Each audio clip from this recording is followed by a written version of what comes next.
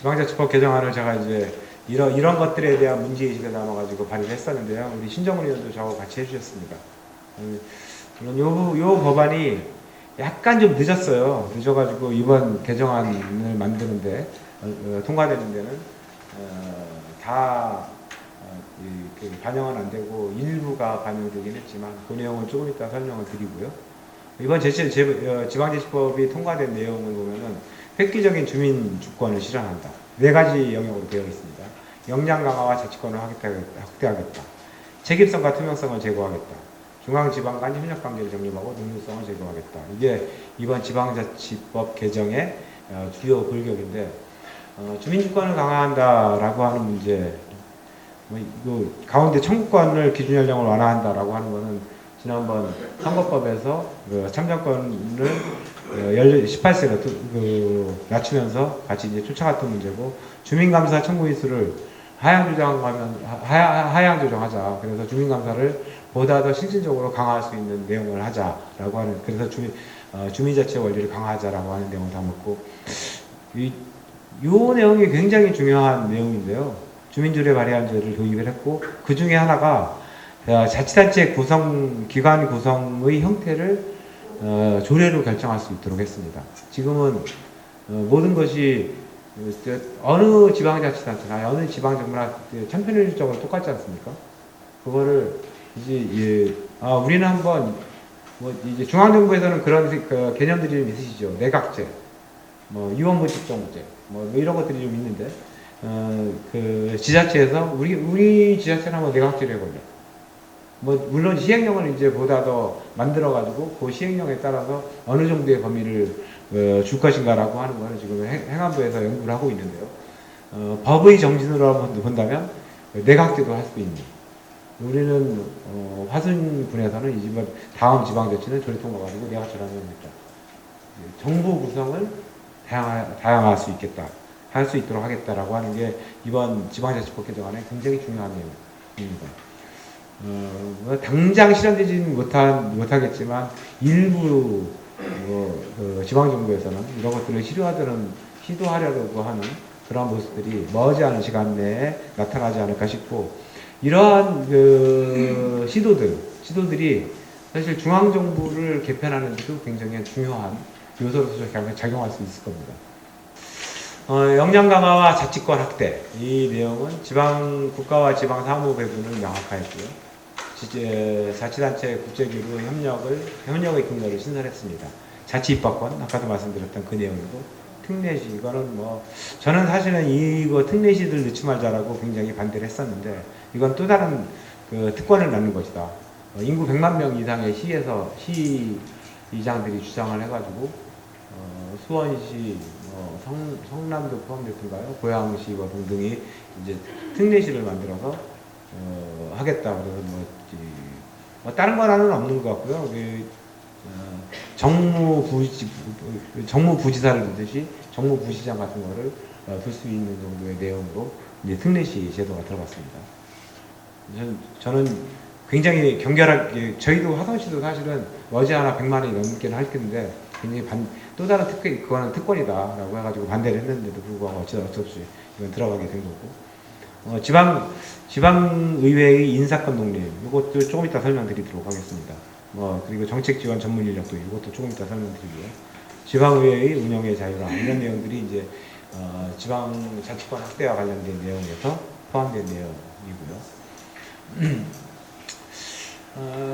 우리 아까 국가와 지방의 상호배분의 명확화, 이게 무슨 내용일까? 한번 그 사례를 한번 들어봤는데요. 법으로는 지방이 하도록 되어 있는데 실제로는 지방이 아무것도 못하게 해. 시행령이나 시행규칙을 만들어서 지방은 아무것도 못하게 하는 거예요. 이런 일들이 지금도 비일비재합니다. 그래서 이 문제는 이번에 이 지방자치법이 개정이 됨으로 해서 아마 많은 시행령이나 시행규칙이 고쳐질 수 없는 상황이 되지 않을까 싶은데요. 예 하나만 들어보면은 교통약자의 이동 편의 증진법이라고 하는 법이 있습니다. 교통약자, 이것도 굉장히 지방에 따라서 교통약자를 어떻게 이동 편익을 돌볼 것인가라고 하는 게 대도시, 뭐 도시지역, 그다음에 읍면지역, 면지역, 읍지역 다 다를 뿐이 없는데 이게 이제 이것도 천편일률적으로 되어 있죠. 그래서 법의 정신에는 뭐냐면 교통사업자 등에 대한 교육의 방법 등에 관하여 필요한 사항을 조례로 정한다 이렇게 되어 있습니다. 법에. 근데 시행령 말고 시행 규칙이요. 국토부 장관령은 시행 규칙이라고 하지 않습니까? 거기에는 교육, 횟수, 시간, 교육 내용 이런 것들이 다 포함되어 있습니다. 그러니까 실제 법에서는 조례로 정하게 해놓고 자기네들이 조례에서는 아무것도 못하게 시행규칙을 다 만들어가지고 중앙이 완전히 통제하고 있는 이런 현상들이 지금 법에 무지하게 많이 있어서 아마 이번 지방자치법 개정 이후에 많은 것들이 지방의 권한으로 그 사무, 국가사무와 지방사무가 제대로 확정될 수 있도록 하는 요 문제가 명확하게 될 수 있지 않을까라고 하는 것이 이번에 지방자치법 개정안에 굉장히 중요한 내용 중에 하나라고 보여집니다. 이거 명백한 침해죠. 법을 위반한 시행규칙 뭐 이런 겁니다.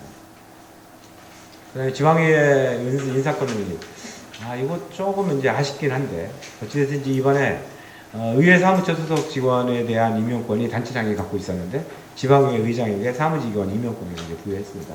지방의회 의원들의 이제 가장 큰 민원사항 중에 하나이긴 했습니다.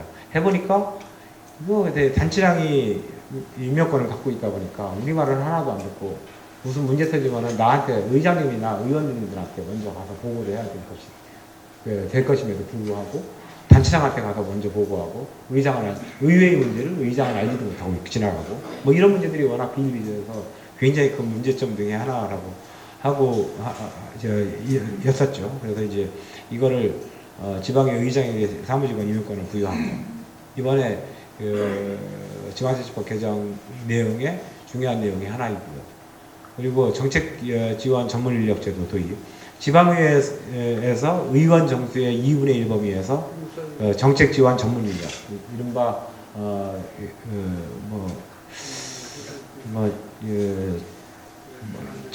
정식 명칭을 이제 뭐 어떻게 쓰게 될지 모르겠지만 정책 보조원이라든가 정책 전문관이라든가 이런 식으로 용어를 쓰게 될 것 같은데요.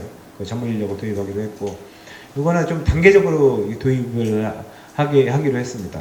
2023년부터는 까지는 2분의 1을 도입하는데 22년, 그러니까 1년 전까지는 4분의 1을 도입하고 거기서 나타나는 부작용 이런 것들을 보면서 이제 나갈 건데, 물론 23년까지 23년까지 2분의 1이 도입되고 그 이후에 충분히 이거는 확대될 수 있는 여지가 갖고 있는 문제라고 보여집니다. 그 정책 전문관, 정책 전문 지원 인력, 이 부분에 대해서 정책 지원 전문 인력에 대해서 그러다가 개인 보좌관이 되는 거 아니냐, 이게 의원 전체를 보좌하는 게 아니고 개인 보좌관이 되는 거 아니냐라고 하는 이런 우려들이 정부에서 일단 이 법을 심의할 때 굉장히 반대가 많았었고요. 그리고 그래서 그런 우려의 범위를 어떻게 최소화시킬 것인가라고 하는 이러한 문제를 얘기하다 보니까 아까 말씀드렸듯이 일단 의원 정수의 2분의 1로 축소하자. 만약에 의원 정수가 21명이면 21명의 2분의 1은 10.5명이니까 10명이 이제 도입, 22년 말까지는 도입이 가능한 건데, 그렇게 되면은 10명을 누구 보자가 이렇게 쓸 수는 없는 거 아니겠습니까? 그래서 거기서 나타나는 시행상에 나타나는 여러 문제들을 좀 보고 긍정적 요인과 부정적 요인들을 검토한 이후에 그 이후 확대 나가자 해서 이런 1차적으로는 2분의 1까지만 해보자라고 하는 걸로 통과가 된 거고요. 그리고 또 하나 책임성과 투명성을 제고하자. 그러니까 이 네 가지 요거 세 번째 책임성과 투명성을 제고하자.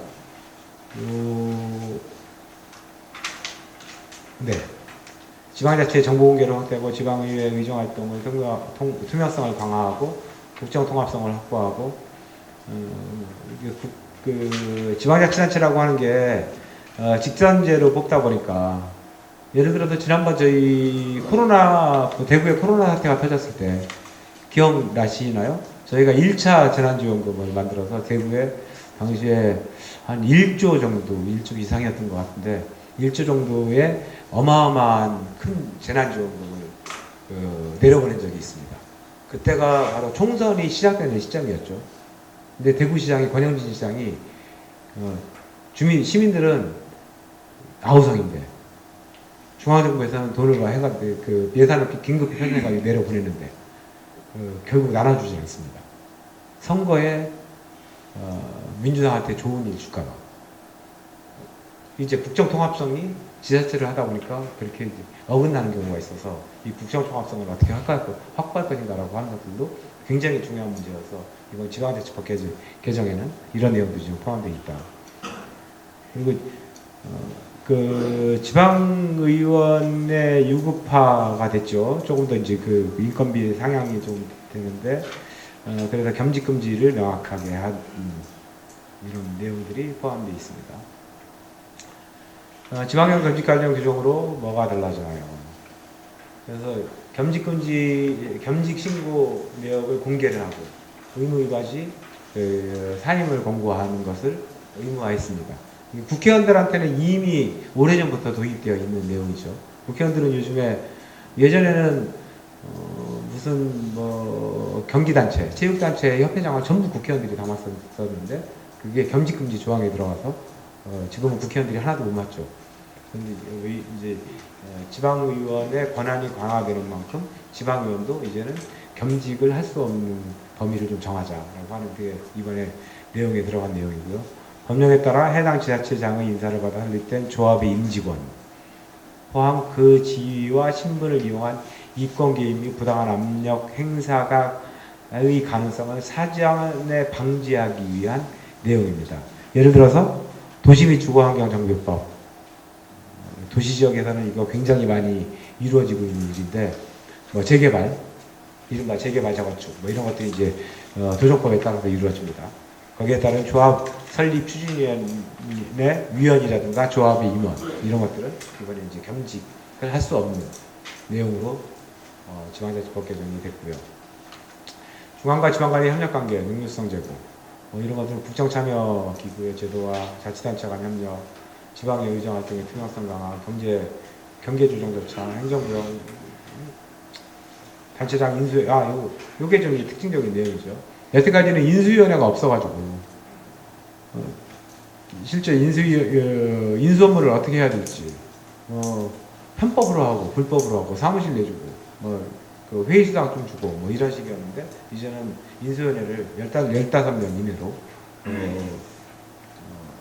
인수위원회를 정식으로 구성해서 그 15명에 대해서는 인건비도 제대로 지급을 하고 공간도 제대로 내줄 수 있는 중앙정부에서 예를 들어 경기도라든가 전남도 이런 것도 안 됐었습니다. 그거를 대통령 인수위원회를 구성하듯이 구성해서 할 수 있도록 이런 내용들이 이번에 포함이 되었습니다. 그리고 여기에 대해서 15명이 너무 과도한 거 아니냐, 어떤 데는 경기도라든가 서울이 너무 적은 거 아니냐, 이렇게 나오는데요. 15명, 분단이 이런 데는 사실 15명이 필요가 없을 수도 있고요. 조그만 군, 아까 인구 3만 명이야, 울릉군 이런 데는 2만 명도 안 되는데 15명이나 되면 행정적 낭비가 있으니까 그거는 자율적으로 정할 수 있도록 했습니다. 근데 전남도만 하더라도 15명 가지고 태부적이라고 생각할 겁니다. 그래서 15명이 이렇게 과도한 내용, 이런 지적들을 일부 있긴 한데 과도한 내용은 아닌 것 같다라고 하는 말씀을 드리고, 이원욱과 신정훈이 같이 냈던 그 개정안, 그 내용이 일부가 포함되지 못해서 그 내용을 조금 설명드리도록 하겠습니다. 아까 제가 이제 지방정부의 권한이 분산되는 것이, 권력이 분산되는 것이 민주주의 역사다라고 말씀드렸는데, 지방자치단체의 위상을 어떻게 강화시킬 것인가. 지방의회 정서에 이건 전문 인력을 줄 수 있도록 한 거, 이건 통과가 됐고요. 똑같은 내용입니다. 지방의 사무부 인사권 독립의회, 사무부 소속 직원에 대한 인사권 지방의회 의장에게 부여가 됐고요. 요거 지금 통과된 내용입니다.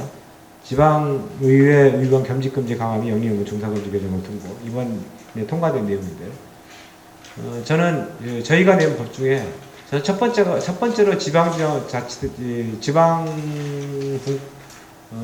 자치의 지방자치단체의 권한을 강화하는 것을 첫 번째는 저는 이름이라고 봤습니다. 이름.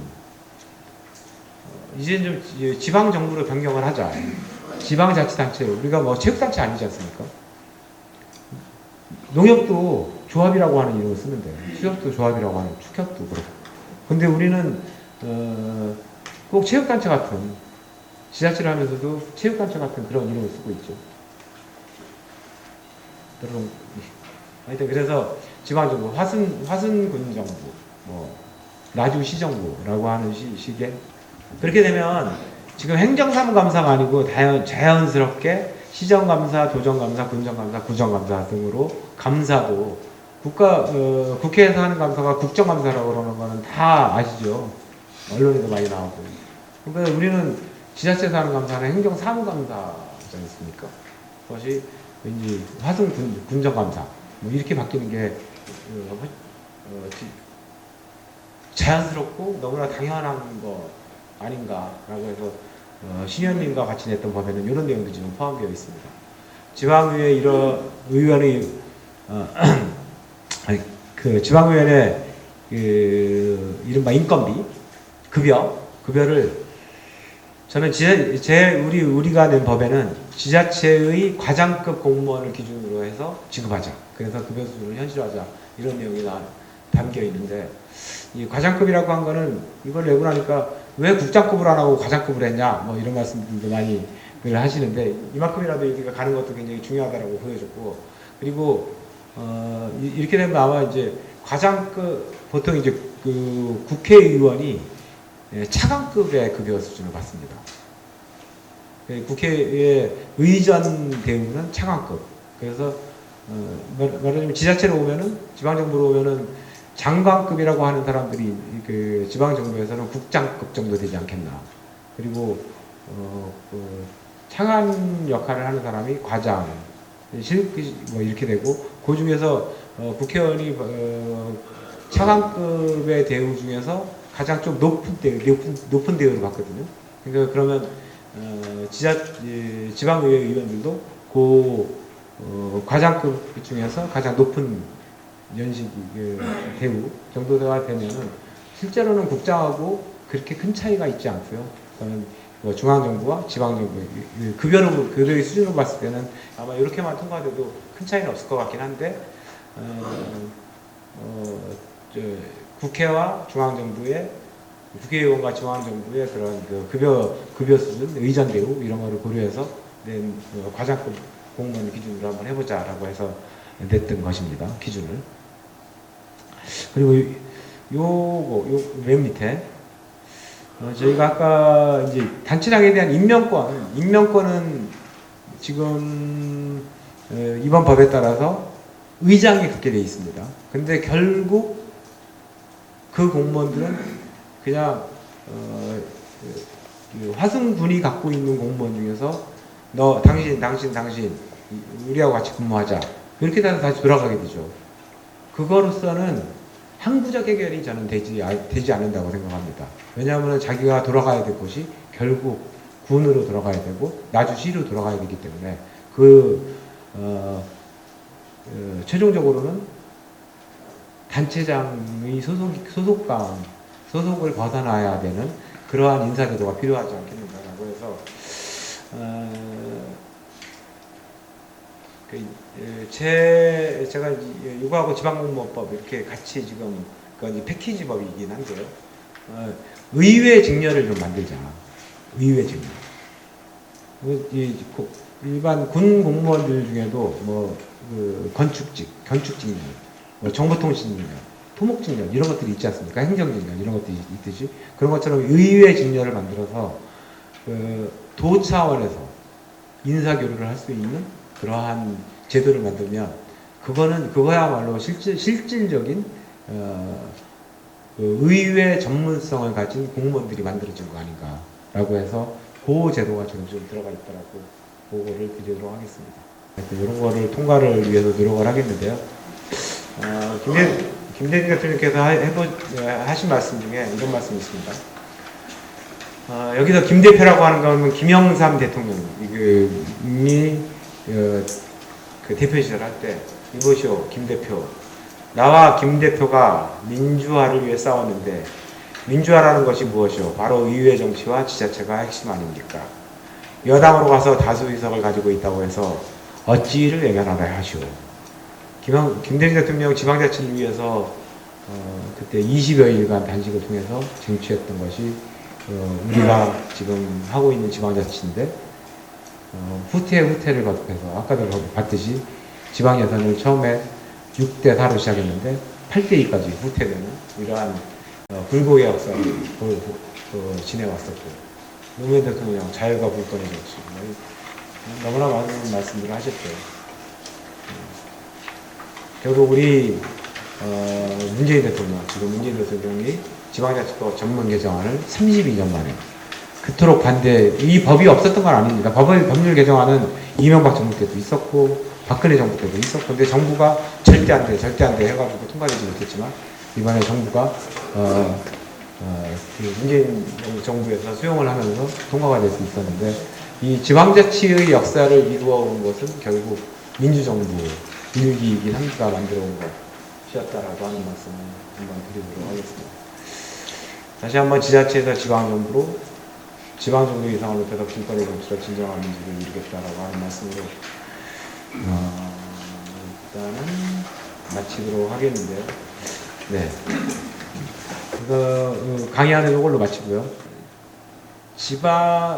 민주주의 역사는 분권의 역사이기도 하지만 민주주의 역사는 투쟁의 역사이기도 합니다. 절대로 투쟁하지 않고 울지 않는 아이한테 져준 경우는 없었죠. 우리 민주주의를 발전시키기 위해서 얼마나 많은 사람들이 대한민국만이 아니고 프랑스의 대혁명, 미국의 독립전쟁, 이런 수많은 투쟁의 역사를 겪으면서 수많은 사람들이 죽어가면서 만들어진 것이 오늘의 민주주의 역사인데 이 지방분권의 자치분권의 역사를 결국에 너무 안주했던 거 아닌가, 지방 일꾼들이 너무 안주했던 거 아닌가라고 하는 생각이 들고요. 이 분권을 실현하고 앞당기기 위해서는 보다 더 이제 투쟁의 역사를 좀 가져야 될 것 같다. 그것은 결코 단체장이 도와주지 않는다. 결코 대통령이 의회의 권한이 강화되는 것을 바라지 않는다. 결코 지방정부가, 기재부가, 행정안전부가, 제가 볼 때는 기재부보다 행정안전부가 더 문제입니다. 행정안전부가 결코 지자체의 권한, 지방의회의 권한이 강화되는 것을 바라지 않는다. 그래서 이것은 보다 더 이제 안주할 것이 아니고 우리가 쟁취해야 될 투쟁의 목표, 쟁취해야 될 목표이다. 그래야 실제 지방선거를 막을 수 있다. 제가 하나 아까 자료에는 없었습니다만 지방 예산과 관련해서 8대1을 높아졌어요. 8대1을 이제 6대4에서 8대1을 높아지니까 어떤 현상이 생겼냐면 예를 들어서 이제 우리 과방위와 관련된 것은 국립과학관이라고 하는 게 있습니다. 국립과학관. 저희 과천에 가면 국립과학관이 있죠. 이 국립과학관이라고 하는 게 있는데 국립과학관을 몇 년 전에 2개인가 3개인가를 설립을 했어요. 제가 이제 과방위원장 되기 전에. 설립을 하고 나니까 그건 이제 지자체에서 이제 해달라 그러고 이제 모든 조직은 자기네 조직 키워가려고 한번 조그만 거라도 만들어 놓으면 이제 키워가지 않습니까? 그러니까 과기부 입장에서도 과학과 만들어 놓으니까 우리 공무원들 이제 실장, 국장 그만두면 거의 과학관장으로도 갈 수 있고 일자리도 생기고 좋네. 그래 몇 가지 만들지 이렇게 몇 개 만들었습니다. 몇 개가 만들어지니까 다른 예를 들어 경기도도 만들어졌나? 하여튼 예를 들어 충청도에 하나 만들어주고 강원도에 하나 만들어주고 이랬다. 이렇게 되니까 우리 전라도에는 왜 없나? 왜 우리 경상도에는 왜 없냐? 경남에는 왜 없냐? 이제 지자체별로 아우성이 되죠. 그럼 또 하나 만들어줄게요. 그 지자체 입장에서는 그러니까 단체장이라든가 이런 사람 입장에서는 돈이 들어가는 게 자기네 지방 예산이 들어가는 게 아니고 국가에서 관리해주는 과학관이 그럴싸한 과학관이 하나 생기니까 실제 굉장히 좋은 것 같다. 치적 사업도 되고 그래서 이제 수도 없이 만들어지기 시작합니다. 7개, 8개 지금 이렇게 만들어지기 시작하는데 제가 볼 때는 전국의 7개 시도에 다 만들어질 것 같습니다. 최종적으로는. 근데 문제는 뭐냐면 다 쓸모없는 공간이 돼버리고 말았다는 거죠. 우리나라에 국립과학관 하나도 제대로 과천에 있는 국립과학관도 전 세계적으로 보면 얼마나 질이 떨어져 있습니까? 애들이 나가는 공간, 어른들이 다니지 않는 공간, 거기 가서 볼 거 없는 공간, 이렇게 돼 있는, 인식이 되어 있는데, 뭐 외국에 나가면은 유명한 과학관 가보려고 하지 않습니까? 근데 한국에 있는 과학관은 중국 사람이라도 안 가고, 외국 사람들도 안 가고, 한국 사람도 안 가고, 유일하게 가는 사람들은 아이 엄마들, 아이와 아이 엄마들이 가는 곳. 이게 과학관. 국립과학관이, 과천 국립과학관의 수준이 그런데, 지방에 그런 조그만 과학관들이 생긴다고 해가지고 어떻게 자리를 잡겠습니까? 그걸 보기 위해서 외지인에 올까요? 그러지 않은데도 불구하고 그렇게 만들어지고 있어요. 지자체 입장에서는 내 돈 안 들어가고 내 치적 사업으로 좋아. 근데 중앙은 권한이 점점 강해져. 이 악순환의 고리, 이 악순환의 고리를, 이게 과학관만이 그런 게 아니고 정말로 많은 분야에서 이런 일들이 벌어지고 있습니다. 뭐 기후 무슨 측정 기관들, 무슨 기관들, 하여튼 이슈만 터졌다 하면은 그 비슷한 기관이 어딘가에 하나 터지고 만들어지고, 그럼 왜 우리 돈에 넣었어? 우리 돈에 넣었어? 뭐 아열대 연구소, 제주에 하나 만드니까 야 아열대가 이제는 광양까지 왔는데 왜 광양에 뭡니까? 광양에 만들어도 순천에 만들어도 이러고 있죠. 그런 권한들이 지방 예산을 대폭적으로 확정하고 너네들이 알아서 해라. 망해도 너네 책임이다. 라고 하면은 과연 그렇게 모든 지자체가 공무원들이 가가지고 중앙에 기재부에 가고 국토부에 가고 문화부에 가고 방통부 과교부에 가면서 과장 만나가지고 쩔쩔매면서 우리 만들어줘 이럴 필요가 있을까? 단체장도 어렵고 지방의원도 어렵고 그러다 우리 예산은 점점 더 악순환을 갖고 있고 이것이 지금의 대한민국의 현실인 것 같고요. 아까 이제 저 말씀을 드렸었는데, 그 대학의 문제. 이 지방 소멸을 막기 위한 방법이 뭔가, 이 대학도 이제 소멸되고 있는데, 저는 개인적으로는 지금 다음, 저는 아시나라 모르겠는데, 저는 정세균 총리를 멘토로 모시고 있는, 그러면서 국회의원 하는 사람이거든요. 그래서 정세균 게 누구야? 그러면 1번, 2번 같아. 뭐 이런 얘기들을 국회의원들 사이에서 많이 듣습니다. 정세균 총리가 대통령 후보가 되신다면 대통령 후보 정말 5대 공약 중에 하나로, 만약에 그렇지 않다면 당 공약 중에 하나로 반영해보고 싶은 내용이 있습니다. 저는 지방소멸을 막는 그 길이 이제 예산의 문제, 분권의 문제 이런 것도 있지만 저는 결국 인재의 문제라고 생각을 합니다. 인재의 문제. 여기 나주 혁신도시가 있어서 나주는 인구가 좀 늘고 있나요? 좀 늘고 있죠. 그나마 혁신도시 중에는 광주하고 같이 두 광역단체가 같이 합해가지고 만들어놓은 인구 5만 정도의 규모의 큰 혁신도시가 만들어졌는데 다른 데는 다 2만 5천, 1만 5천, 3만 이 정도 규모의 혁신도시를 만들어져서 혁신도시가 들어와 있는 그 금융업으로 만들겠다고 했던 두산도 인구가 줄고 있고 대구도 인구가 줄고 있고 노무현 대통령의 균형 발전을 위해서 만들고 이런 공공기관들이 지방 이전하면은 인구가 더 이상 줄지 않을 것이라고 했지만 인구가 역시 줄고 있습니다. 2기 공공기관 이전 할 겁니다. 할 건데 이제 그것 때문에 또 지자체 간에 우리 쟁탈전이 벌어질 텐데 예전에 나주시장을 우리 신 의원이 하시면서 한전을 유치하느라고 아주 쟁탈전을 벌여서 대단히 큰 역할을 했죠. 만약에 한전이 다른 데로 갔으면은 나주에 에너지밸리 사업이라고 하는 게 있었을까 등등을 했을 때 생각해보면 지자체장들이 공공기관 이전할 때 쟁탈전을 벌이기 위해서 노력했던 것들이 굉장히 중요한 측면의 하나이기도 하구나라고 하는 생각이 들긴 합니다. 그렇지만 공공기관 몇 개 이전한다고 하면 지방소멸을 막을 것인가? 저는 그렇지 않다고 생각합니다. 절대 안 막아줍니다. 이미 우리는 경험하고 있고 아까도 말씀드렸듯이 부산 인구 줄고 있고 광주 인구 줄고 있고 광주는 혁신도시가 이쪽에 있으니까 그렇게 대구 인구 줄고 있고요. 그런데 그러면 결국엔 이제 인구 소멸을 막으려면 기업이 들어와야 됩니다. 기업. 근데 기업하는 사람들 제가 초선 때 4년을 지금 신정근 의원이 있는 산업통상자원위원회 위원으로 일을 했었습니다. 그래가지고 그 당시 제가 했던 법은 신정근 의원은 이번에 한정경제법을 위해서 산업위에 들어갔지만 저는 그런 것 때문에 들어간 건 아니고 대한민국의 산업정책을 좀 어떻게 해볼까 뭐 이런 것들 때문에 들어가서 그때 중견기업 특별법이라고 하는 법을 제가 최초 발의해가지고 그 제정법을 만들었는데요. 그러다 보니 이제 중견기업인들하고 굉장히 가깝게 지내는 사람들이 지금도 굉장히 많습니다. 근데 이 중견기업인들이 가장 들어오고 싶어 하는 곳이 화성이에요. 화성에 가면 정말 괜찮은 중견기업들이 굉장히 많습니다. 제가 이름도 들어보지, 기업 방문을 이제 틈틈이 좀 해보는데요. 다 대부분 이름 한번 들어보지 못한 회사들이죠. 근데 가서 보면은, 우리 회사는 연매출이 한 뭐 8천억 됩니다. 우리 회사는 2조 됩니다.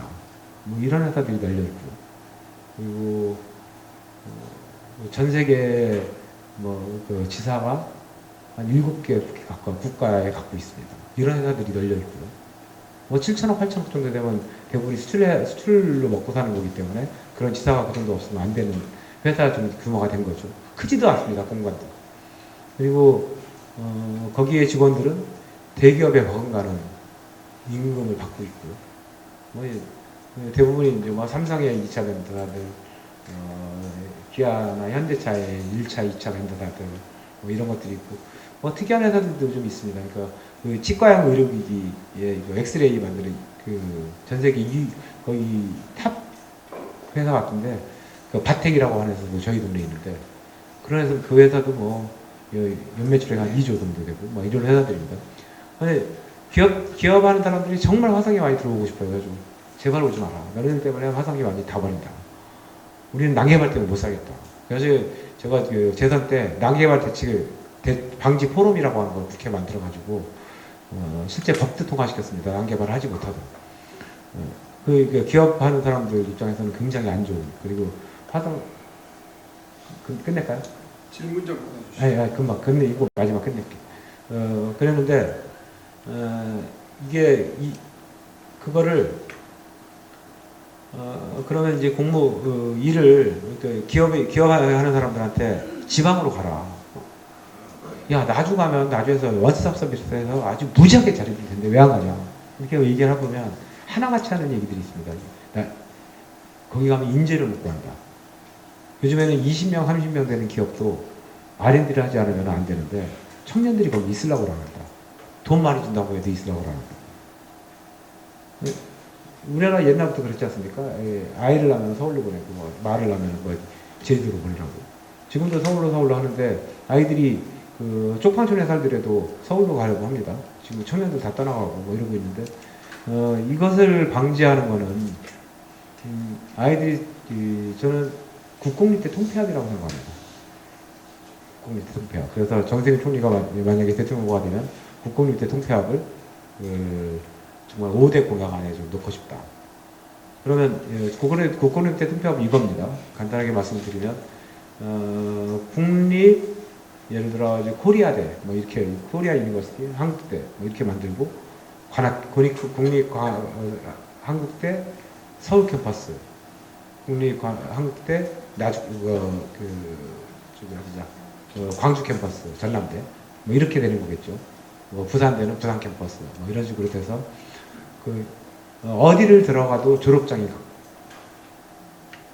전남대 법대를 들어가서 전남 캠퍼스 법대를 들어가나 서울 캠퍼스에서 졸업을 하나 똑같고 부모가 어떤 일이 있어가지고 한전에서 서울 본부로 한전 본사에다가 서울 본부로 발령이 났다고 하면 아이도 같이 가서 거기에서 전학해서 학교를 다니고 같은 법대를 다니고 그러면 그리고 등록금의 수준은 정말 사립대 10분의 1 수준의 아주 저렴한 거의 무상에 가까운 등록금 수준을 한다면